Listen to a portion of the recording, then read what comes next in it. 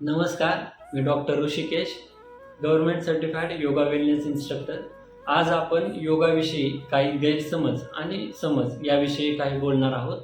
तर बऱ्याच लोकांना योगाविषयी असे गैरसमज असतात की योगा म्हणजे फक्त व्यायाम आहे किंवा आसन आहे.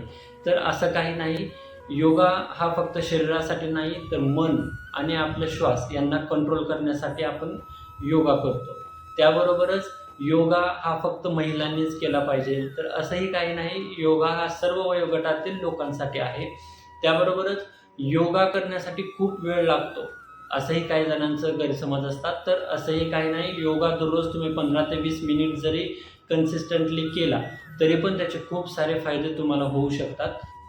त्याबरोबरच योगा करण्यासाठी खूप लवचिकता असायला पाहिजे, असंही बऱ्याच लोकांचं म्हणणं असतं. पण असंही काही नाही. उलट ॲक्च्युली लवचिकता ही योगामुळे येते. त्याच्यामुळं सुरुवात करण्यासाठी लवचिकता पाहिजे असंही काही नाही. तर बेसिकली योग म्हणजे काय, तर आपल्या मन, शरीर आणि आपल्या श्वासांना एकत्र जोडण्याची एक प्रक्रिया आहे. त्याला आपण योग म्हणतो. धन्यवाद.